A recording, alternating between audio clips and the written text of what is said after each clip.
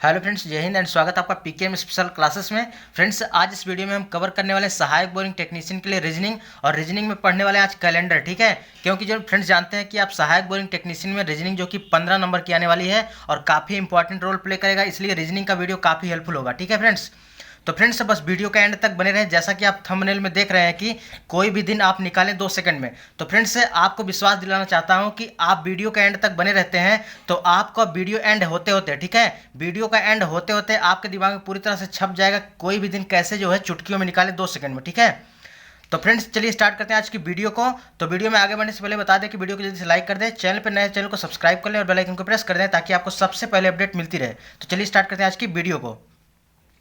तो friends calendar पढ़ने से पहले यहाँ पे जो बेसिक चीज़ें हैं उसको हम यहाँ पर पढ़ लेते हैं, और उसके बाद जो यहाँ पे फंडामेंटल चीज़ें होती हैं इसको हम कवर कर लेंगे, तभी आप इसको आप यहाँ से निकाल सकते हैं। ठीक है, तो देखिए सबसे पहले कैलेंडर में होता क्या है कि ऐसे देखिए यहाँ पर हमने लिख दिया पूरी तरह से। ठीक है, कि कैलेंडर जो होता है यानी जो एक वर्ष में जो होता है जितने दिनों की संख्या वो क्या कहलाती है, कैलेंडर कहलाती है।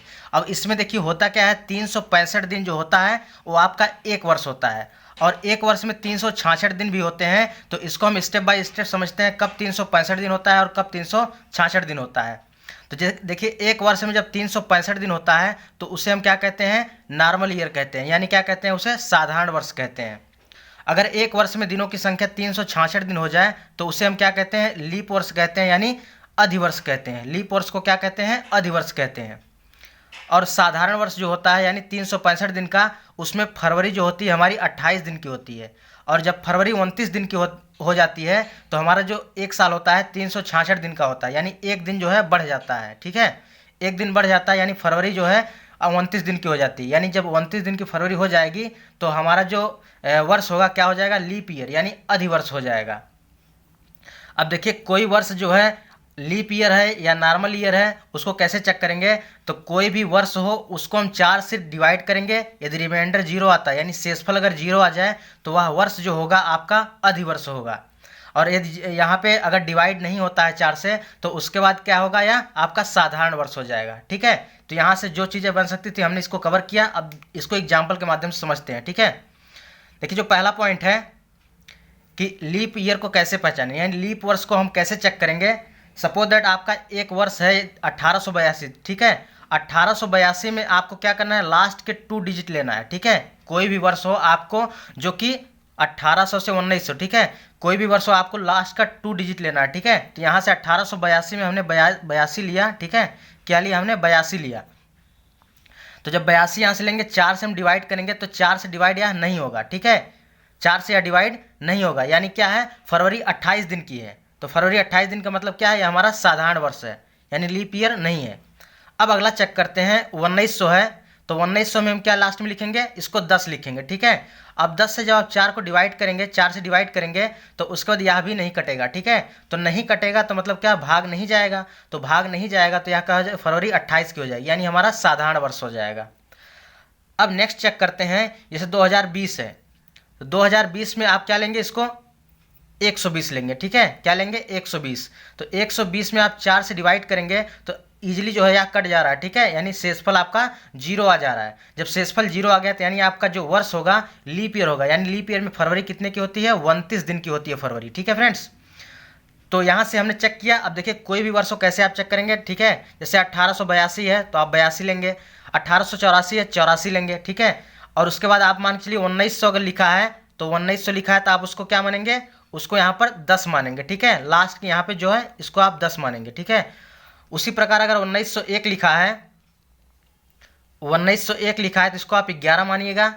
ठीक है, यहाँ पे 1 हो जाएगा। 1912 लिखा है तो आप इसको 112 मानिएगा, सॉरी 12 मानिएगा। 1913 लिखा है 13 मानिएगा। ठीक है, अब इसके बाद अगर 2000 में आता है, देखिए चेंज हो जाता है 2000 में, जैसे ठीक है 2000 में यानी 100 यहाँ पर यानी शताब्दी वर्ष हो जाता है 200 यानी। ठीक है, तो यहाँ पे क्या लेंगे, 100 लेंगे पूरा। ठीक है, अब उसके बाद अगर लिखा है 2001 लिखा है तो यहाँ पे क्या लेंगे, 101 लेंगे। उसके बाद जैसे लिखा है 2012 तो उसके बाद हम यहाँ पे क्या लेंगे, 112 लेंगे। ठीक है, अभी इसका जो काम लगेगा आगे जो है दिन ज्ञात करने में काम लगेगा। ठीक है, कि दिन को कैसे ज्ञात करते हैं। जैसे 2022 चल रहा है, 2022 चल रहा है तो इसको हम क्या लिखेंगे, 122 लिखेंगे यहाँ पर चेक करने के लिए। ठीक है, लीप ईयर। अब देखिए यहाँ पर चेक करते हैं विषम दिन क्या होते हैं, जो 8 डे होते हैं। देखिए विषम दिन किसे कहते हैं, यानी 7 के शेषफल को हम क्या कहते हैं, विषम दिन कहते हैं। यानी 7 से किसी भी दिन में हम डिवाइड करेंगे, जितना शेषफल आएगा वो हमारा विषम दिन हो जाएगा। जैसे एग्जाम्पल के तौर पे देखा जाए, जैसे सपोज दैट अगर टोटल डेज 15 दिन का है, उसमें हम अगर निकालना विषम दिन कितने हैं, तो हम 15 में जो है 7 से डिवाइड करेंगे, 7 दूनी 14, शेषफल कितना बचा, 1 बच गया, तो हमारा 1 जो आएगा वो आपका 8 डे हो जाएगा। अब देखिए इसी प्रकार हमने यहाँ पर लिख दिया है, जैसे अगर 15 दिन है तो शेष 8 डे कितना होगा, 1 होगा, ठीक है, यानी विषम दिनों की संख्या 1, क्योंकि 7 दूनी 14, 1 यहाँ पर शेषफल बच गया, यानी शेषफल ही जो होगा आपका 8 डे होगा। जैसे सपोज दैट यहाँ पर 29 दिन हो गया, तो 29 में आप 7 से डिवाइड करेंगे तो 7 चौक 28, और उसके बाद यहाँ पर 1 दिन शेषफल हो गया। जैसे अगर 28 है, 28 में आप 7 से डिवाइड करेंगे तो 7 चौक 28, यहाँ पर 0 शेषफल आ गया, यानी विषम दिनों की संख्या क्या हो जाएगी, 0 हो जाएगी। उसी प्रकार अगर यहाँ पर देखिए मंथ था, लेकिन अगर यहाँ पर ईयर होता, अगर नॉर्मल ईयर की बात करें यानी साधारण वर्ष अगर रहे, तो साधारण वर्ष में विषम दिनों की संख्या क्या होती है, 1 होती है। और अगर लीप ईयर की बात करें तो लीप ईयर में क्या होता है, 366 दिन होता है, और इसमें अगर विषम दिनों की बात करें तो ये विषम दिनों की संख्या यहाँ पर 2 होती है। दोनों को याद रखिएगा क्योंकि सवाल में इसका काम लगता है, ठीक है। अगर वीक्स की बात करें तो वीक्स में अगर लिखा है 50 वीक्स में कितने 8 डे होंगे, डायरेक्टली इस तरह क्वेश्चन पूछता है, ठीक है, कि 50 वीक्स में या 80 वीक्स में जो है 8 डे यानी विषम दिनों की संख्या कितनी होती है, तो 0 होती है। तो n वीक्स मतलब क्या होगा, नंबर ऑफ वीक्स, यानी जब भी जहाँ वीक्स लग जाए तो वहाँ पे 8 डे जो हो जाएंगे, यानी विषम दिन जो है 0 हो जाएंगे, ठीक है। n का मतलब क्या होगा, चाहे जितना नंबर आ जाए, ठीक है। अगर वीक्स लगा है तो यहाँ पर विषम दिनों की संख्या 0 हो जाएगी। अब देखिए यहाँ पर 3-4 फैक्ट्स और हैं। जैसे अगर बोल दे कि 100 वर्ष में विषम दिनों की संख्या कितनी होती है, तो 5 दिन होती है, ठीक है। 100 वर्ष में विषम दिनों की संख्या 5 दिन होती है। अगर 200 वर्ष का पूछे तो 3 दिन होता है, और 300 वर्ष का पूछे तो 1 होता है, और 400 वर्षों में जो विषम दिनों की संख्या जो होती है यहाँ पर 0 होती है, ठीक है। अब चलते हैं आगे अगले पॉइंट पे। देखिए यहाँ से जो इंपॉर्टेंट पॉइंट है, और यहाँ से क्वेश्चन डायरेक्टली आपको हर बार देखने को मिल जाता है, और सहायक बोरिंग टेक्नीशियन में जो कि 15 नंबर की रीजनिंग आने वाली है, तो यहाँ से आपको एक से दो क्वेश्चन 100% देखने को मिलेगा, ठीक है। कैलेंडर और घड़ी काफ़ी इंपॉर्टेंट चैप्टर है, और इसको हम स्टेप बाय स्टेप कवर कर देंगे। आज का वीडियो देखने के बाद आपको कोई भी डाउट नहीं रहेगा यहाँ पर। तो यहाँ पर पहला पॉइंट है कि साधारण वर्ष का पहला और अंतिम दिन समान होता है। अब देखिए इसका मीन्स क्या होता है, यानी साधारण वर्ष, अब तो आप जान गए हैं कि साधारण वर्ष क्या होता है, और उसके बाद लीप ईयर क्या होता है। यानी नॉर्मल ईयर और लीप ईयर आप इजीली पहचान जाएंगे। नॉर्मल ईयर क्या होता है, जो 4 से डिवाइड ना हो वो आपका नॉर्मल ईयर हो जाएगा, और जो 4 से डिवाइड हो जाए और शेषफल 0 आए, यानी क्या हो जाएगा, वो आपका लीप ईयर हो जाएगा। तो कह रहा है कि साधारण वर्ष का पहला और अंतिम दिन जो होता है वह समान होता है। सपोज दैट एग्जाम्पल के तौर पर अगर देखा जाए, सपोज दैट आप मानते हैं कि 1 जनवरी 2013 को बुधवार था, तो उसी साल 31 दिसंबर 2013 को कौन सा दिन होगा, ठीक है। तो कौन सा दिन होगा, तो सबसे पहले हमको चेक करना होगा कि आपका जो ईयर दिया गया है वो क्या है, नॉर्मल ईयर है या कि लीप ईयर है। तो 2013 सिंपल सी बात है, 4 से नहीं कटेगा, तो नहीं कटेगा मतलब कि हमारा साधारण वर्ष है, यानी क्या है, नॉर्मल ईयर है, तो हमारा साधारण वर्ष हो गया। तो यही कह रहा है कि साधारण वर्ष का पहला दिन, तो पहला दिन यहाँ पर देखिए बुधवार है, और अंतिम दिन जो है समान होता है, ठीक है। अंतिम दिन का मतलब समान क्या होता है, 31 दिसंबर, यानी उस वर्ष का 31 दिसंबर ही आखिरी दिन होगा ना, तो 31 दिसंबर का दिन भी कौन सा होगा, आपका बुधवार ही होगा, ठीक है। यानी आपका आंसर क्या हो जाएगा, बुधवार, ठीक है। यह क्वेश्चन पूछा गया है फ्रेंड्स, आपको बता दें, इसलिए हमने इसको लिया है, ठीक है, कि 1 जनवरी 2013 को बुधवार था, तो 31 दिसंबर 2013 को कौन सा दिन होगा, ठीक है। तो सिंपल सी बात है, यह आपका नॉर्मल ईयर है, और नॉर्मल ईयर जो होता है आपका पहला दिन और अंतिम दिन दोनों समान होता है, ठीक है। इसको आप याद रखिएगा। तो इसका उत्तर क्या हो जाएगा, बुधवार। अब चलिए अगले पॉइंट पे चलते हैं। अगला पॉइंट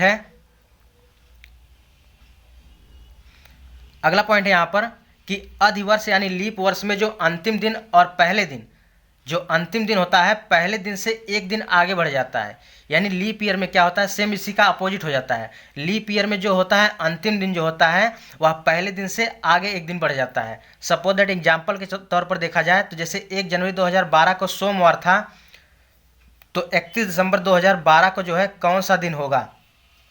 तो ऐसे में इसको क्या करेंगे, सबसे पहले हम ईयर चेक करेंगे, हमारा लीप ईयर है या नॉर्मल ईयर है। तो सिंपली हम जानते हैं कि 2012 लिखा है तो इसको हम 112 लिखेंगे। तो 112 मतलब कि 4 से डिवाइड करेंगे तो 4 का नम यहाँ पर कितना हो जाएगा, यहाँ पर कट जाएगा, ठीक है। तो यहाँ पर कट जाएगा। उसके बाद यहाँ पर क्या हो जाएगा अपना, यहाँ पर 4 3 12, ठीक है, यहाँ पर कट जा रहा है पूरी तरह से, आपका ये अधिवर्ष हो जाएगा, यानी लीप ईयर हो जाएगा। तो जब लीप ईयर हो जाएगा तो करना क्या है, यह जो आपका आखिरी दिन पूछा है उसमें आप एक बढ़ा देंगे, ठीक है, यानी सोमवार में एक आप ऐड करेंगे तो क्या हो जाएगा, मंगलवार हो जाएगा, ठीक है। सबसे पहले हमको ईयर चेक करना है कि आपका लीप ईयर है या आपका लीप ईयर है या आपका नॉर्मल ईयर है। अगर नॉर्मल ईयर रहेगा तो आपका पहला दिन और अंतिम दिन जो है समान रहेगा। अगर लीप ईयर रहेगा तो आखिरी दिन में एक दिन बढ़ जाएगा, ठीक है, जो पहला दिन है उसकी तुलना में जो आखिरी दिन एक दिन बढ़ जाएगा। अब 1 जनवरी 2012 आपका क्या है, लीप ईयर है, लीप ईयर है, ठीक है। तो लीप ईयर को सोमवार कह रहा है, तो इसमें जो आखिरी दिन पूछ रहा है यानी 31 दिसंबर 2012 का ही दिन ही पूछ रहा है, तो इसमें सोमवार में एक ऐड कर देंगे, ठीक है, ऐड करेंगे सोमवार में, सोमवार +1 यानी मंगलवार यानी अगला दिन, ठीक है। +1 का मतलब अगला मतलब कि अगला दिन, और +2 का मतलब क्या होता है, एक दिन बाद यानी 2 दिन बाद, ठीक है। अब अगला पॉइंट है कि साधारण क्रमागत वर्षों में किसी निश्चित तिथि के दिन की तुलना में उसके ठीक अगले वर्ष में उस तिथि को एक दिन जो है बढ़ जाता है, ठीक है, क्या होता है, एक दिन बढ़ जाता है। आगे एग्जाम्पल के माध्यम से इसको हम समझाते हैं, ठीक है। अब देखिए यहाँ पर पहला एग्जाम्पल है, देखिए इसको हम पहले समझ लेते हैं। कहता है कि 15 अगस्त 2011 को जो है सोमवार था, 15 अगस्त 2011 को सोमवार था, तो 17 सितंबर 2011 को कौन सा दिन था, ठीक है। अब देखिए उसको कैसे हम निकालेंगे, तो देखिए इसको एक ट्रिक है कि जिस डेट से चलेंगे उसको छोड़कर और जहां पहुंचेंगे उसको लेकर, ठीक है, यानी जिस डेट से आप चलेंगे उसको लेकर और उसको छोड़कर, ठीक है, और जहां तक पहुंचेंगे आप उसको लेकर, ठीक है। करना क्या है देखिए अब बताते हैं। जैसे यहाँ पर दिया है कि 15 अगस्त 2011 को सोमवार था, तो 17 सितंबर 2011 को कौन सा दिन था। तो सबसे पहले आपको कुछ नहीं करना है, यहाँ पर जो डेट दिया है उसको आपको लिख लेना है। तो 15 अगस्त 2011 हमने इसको लिख लिया, और उसके बाद यह कौन सा दिन है, सोमवार है, ठीक है। अब करना क्या है, इसमें अगस्त में जितने बचे हुए दिन होते हैं उसको लिख लेना है, यानी 15 अगस्त तो हो गया। अब अगस्त कितने का होता है, अगस्त आपका 31 दिन का होता है। अब इसमें 15 अगस्त हो गया, तो इसमें से आप 15 घटाएंगे तो बचा कितना दिन, 16 दिन बचेगा, ठीक है। अब 16 दिन बच गया। अब करना क्या है, यानी जहाँ से चलना है उसको छोड़कर और उसके बीच में जो दिन बचे हैं उसको लिख लेना है, और जहाँ तक बोला है उसको लेकर, यानी 17 सितंबर तक बोला है तो 17 सितंबर को हमने ले लिया, ठीक है। अब उसके बाद करना क्या है, यहाँ 7 से जो है डिवाइड करेंगे, और उसके बाद जो शेषफल आएगा आपका वो आपका महीना हो जाएगा, ठीक, आपका वो दिन हो जाएगा, ठीक है। अब देखिए करना क्या है, देखिए बताते हैं। यहाँ पर 16 हो गया, 16 दिन यहाँ पर अगस्त में बच गए, और 17 दिन यहाँ पर आपका सितंबर का। 16 और 17 आप जोड़ेंगे तो कितना हो जाएगा, 33, और 33 को यहाँ पर 7 से भाग देंगे तो कितना आ जाएगा, आपका शेषफल 5 आ जाएगा, ठीक है। तो 5 का मतलब क्या होता है, आपका 5 का मतलब होता है शुक्रवार होता है, ठीक है। अभी आगे हम डेट बताते हैं कि इसका जो कोड होता है, तो कोड कैसे याद करते हैं, ठीक है। जैसे 0 जो होता है आपका, 0 जो होता है 0 1 2 3 4 5 और 6। 0 जो आपका होता है संडे का होता है, ये मंडे का होता है, और ये ट्यूसडे का, और उसके बाद वेडनेसडे, थर्सडे, फ्राइडे, सैटरडे, ये इसका कोड होता है। आगे इसको हम समझाते हैं, ठीक है। तो यहाँ पर क्या हो गया, शेषफल जो है 5 आ गया, तो इसके बाद यहाँ पर सोमवार में हम 5 जोड़ देंगे, ठीक है। सोमवार में क्या जोड़ देंगे, 5 जोड़ देंगे। तो सोमवार में जब 5 जोड़ेंगे तो उसके बाद क्या हो जाएगा, यहाँ पर क्या आ जाएगा, यहाँ पर शनिवार आ जाएगा, ठीक है। तो इसका सही उत्तर क्या हो जाएगा, शनिवार हो जाएगा। यानी 15 अगस्त 2011 को सोमवार था, तो 17 सितंबर 2011 को कौन सा दिन था, तो यहाँ शनिवार हो जाएगा। अब देखिए करना कुछ नहीं है, सिंपल से आपको सबसे पहले यह डेट लिख लेनी है, और उसके बाद जो दिन दिया उसको लिख लेना है, और जो मंथ दिया उसमें कितने दिन बचे हैं उसको लिखना है। फिर जहाँ तक बोल रहा है उसको यहाँ पर लिख के दोनों को जोड़ के 7 से भाग देना है, और जो शेष आएगा वो आपका उसमें ऐड कर देना है, ठीक है। बाकी आपका दिन आ जाएगा तुरंत। अब चलिए अगले पॉइंट पे चलते हैं, दिन ज्ञात करें ट्रिक से, ठीक है। फ्रेंड्स आप इसके माध्यम से जो है कोई भी दिन आप चुटकियों में मात्र 2 सेकंड में ज्ञात कर सकते हैं, ठीक है। अब देखिए कैसे ज्ञात करना है। मान के लिए यहाँ पर दिन दिया है और उसके बाद यहाँ पर कोड दिया है। इसको देखिए आपको याद करना होगा तभी आप कर सकते हैं। तो इसको आप 2 से 3 बार इसको अपने बुक पे जो है लिख कर, अपने कॉपी पर लिख कर इसको याद कर लीजिएगा, उसके बाद याद हो जाएगा हमेशा के लिए। जैसे जो संडे होता है, Sunday, Monday, Tuesday, Wednesday, Thursday, Friday और सैटरडे, ये आपके दिन हो गए, ठीक है। अब इसका कोड क्या होता है, यानी संडे का कोड क्या होता है, 0 होता है, मंडे का कोड क्या होता है, 1 होता है, और ट्यूसडे का 2, वेडनेसडे का 3, एंड आपका थर्सडे जो होता है उसका 4 होता है, फ्राइडे का जो 5 होता है, एंड सैटरडे का आपका 6 होता है। अब मंथ की अगर बात करें तो मंथ जो होता है, यानी अगर जनवरी और अक्टूबर की बात करें तो जनवरी और अक्टूबर का कोड कितना होता है, 0 होता है। और मई का कोड क्या होता है, 1 होता है। इसको हमने ट्रिक से देखिए लिख दिया है, जनवरी और अक्टूबर, इसको अभी याद करवा दे रहे हैं। अगस्त का कोड क्या होता है, 2 होता है। फरवरी मार्च नवंबर का कोड 3 होता है। जून का कोड 4 होता है। सितंबर और दिसंबर का कोड 5 होता है। और अप्रैल और जुलाई का कोड 6 होता है। अब देखिए इसमें 2 पॉइंट और हैं। लीप ईयर जो होता है, पहले इसको समझ लेते हैं कि जनवरी और अक्टूबर का कोड 0 होता है, उसको कैसे याद करेंगे। देखिए जनवरी और अक्टूबर, अक्टूबर में जैसे पहला वर्ड क्या है, अक्टूबर, यानी 0 के वाइस का है, ठीक है। तो इसको आप 0 से आपको रिलेट कर दीजिएगा। तो यहाँ जनवरी और अक्टूबर का कोड क्या हो जाएगा, 0।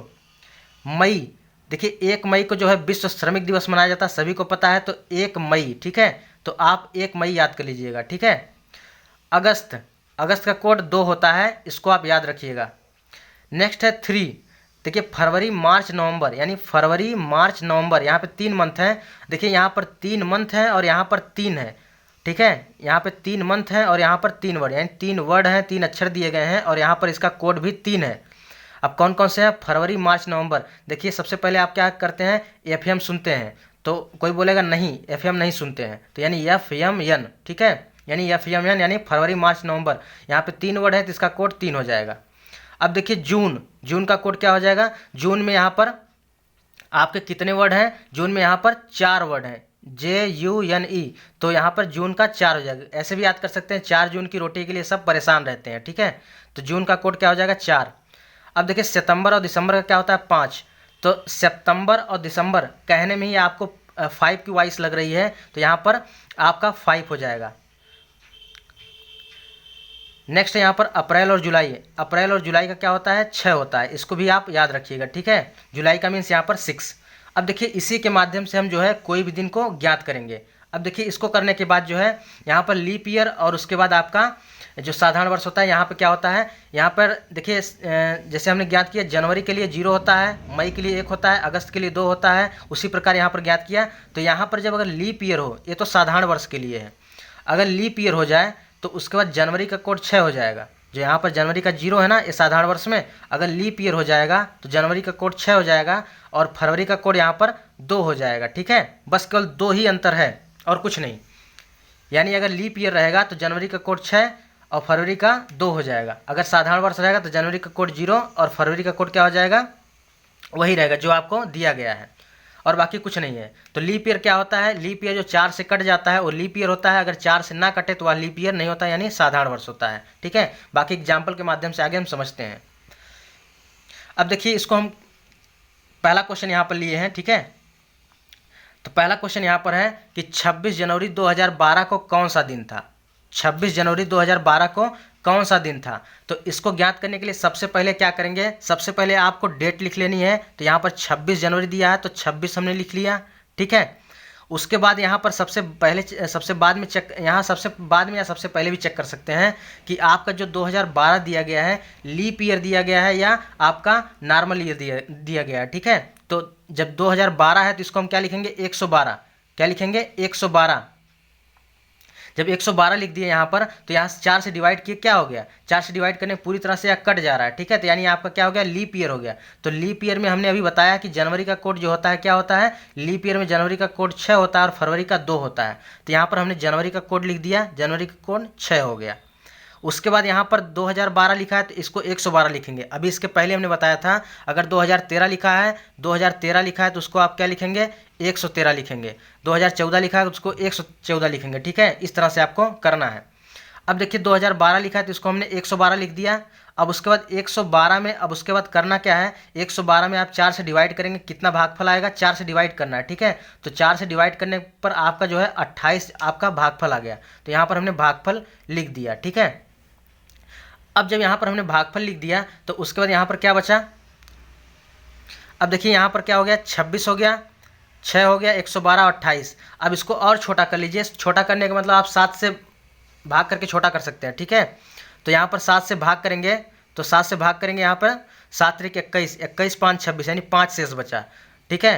और 16 सत्ते 112, 16 सत्ते 112, ये तो 0 हो गया, शेषफल 7 चौक 28, 0। देखिए आपको इतना पूरा जोड़ना ही नहीं पड़ा, ठीक है। इसको आप और इजी कर सकते हैं। तो यहाँ पर शेषफल कितना बचा, यहाँ पर 5 बच गया और यहाँ पर यहाँ पर 6 बच गया और यहाँ पर 5, ठीक है।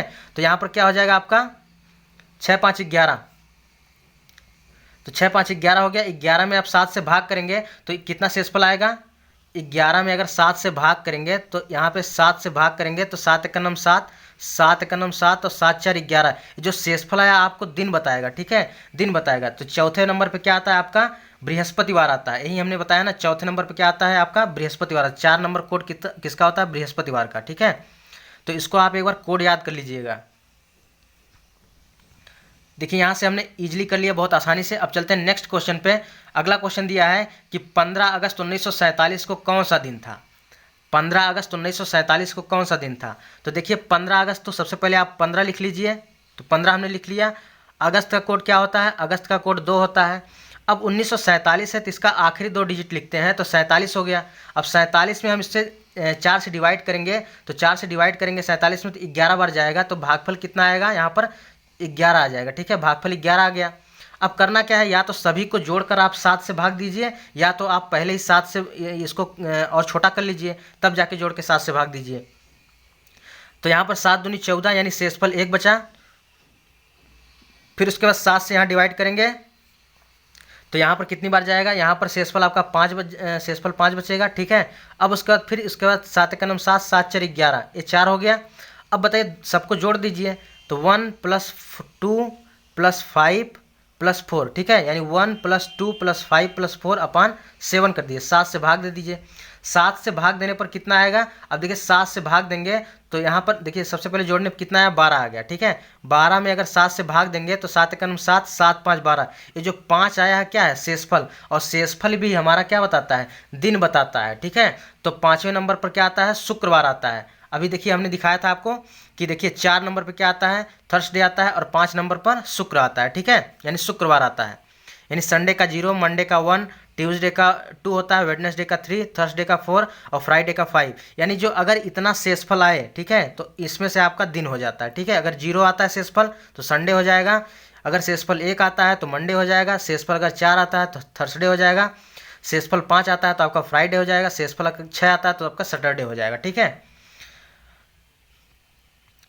अब चलिए देखते हैं इसको एग्जाम्पल के तौर पर, ठीक है, कि आपको विश्वास हो जाए। क्योंकि जैसे आज के दिन हम वीडियो बना रहे हैं, 23 फरवरी 2022 को हम वीडियो बना रहे हैं, तो आज का दिन निकालते हैं, देखते हैं हमारा फार्मूला काम करता है कि नहीं करता है, ठीक है।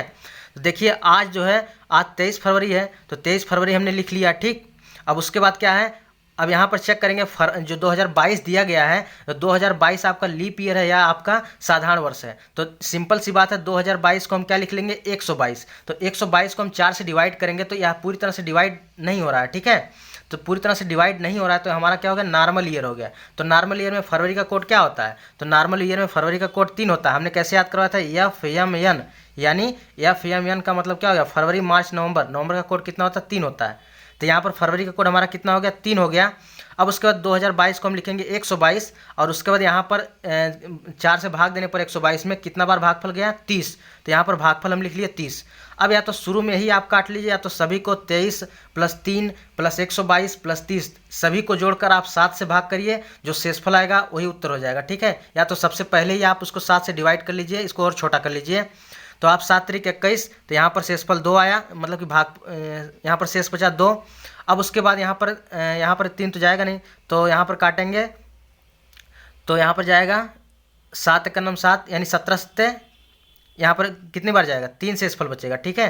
तो यहाँ पर 3 बच गया। अब उसके बाद यहाँ पर क्या करेंगे, 7 चौक 28, 2 शेषफल बच गया। तो यहाँ पर कितना आ गया, 2 आ गया, 3 आ गया, और उसके बाद 3 फिर 2, ठीक है। यानी सबको ऐड कर लीजिए, या तो आप सबको ऐड करके तब 7 से डिवाइड करिए, या तो और छोटा करके, दोनों 2 ऑप्शन है आपके पास। तो आप जब इसको जोड़ेंगे 2 3 5, 5 3 8, 8 2 10, यानी हमारे पास कितना आ गया, 10/7 आ गया। अब 10 में जब 7 से डिवाइड करेंगे तो शेषफल कितना आएगा, 3 आएगा। तो 3 का मतलब क्या हो गया, बुधवार। तो सिंपल सी बात है, आज का दिन जो है कौन सा दिन है, बुधवार है, यानी 23 फरवरी 2022, यानी आज के दिन हम वीडियो बना रहे हैं, आज कौन सा दिन है, बुधवार है।